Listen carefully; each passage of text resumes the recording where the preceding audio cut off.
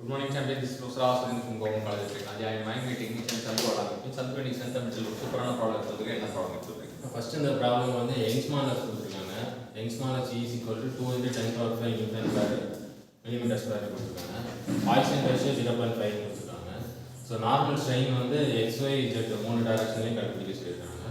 So இது normal stress மூணு டைரக்ஷன்லையும் X 125 MPa, Y 60 MPa, Z -80 MPa கொடுத்துருக்காங்க. ஸோ டைரக்ட் ப்ராப்ளம் தான். எப்சிலான் எக்ஸ் வந்து ஃபார்முலா என்ன சொல்கிறாங்க? 1/E into sigma x minus mu into sigma y plus sigma z. So ஒன்றை மட்டும் கொடுத்துட்டா போதும். சிக்மா எக்ஸில் டைரக்ஷன் லோட் ஆகிட்டா தான் எப்சிலான் எக்ஸ் கிடைக்கும். ஆனால் வந்து பாய்சான் எஃபெக்ட் வந்து minus mu times of epsilon Y and sigma Y and sigma Z. Similarly அடுத்த ஈக்குவேஷன் என்ன சொல்கிறாங்க?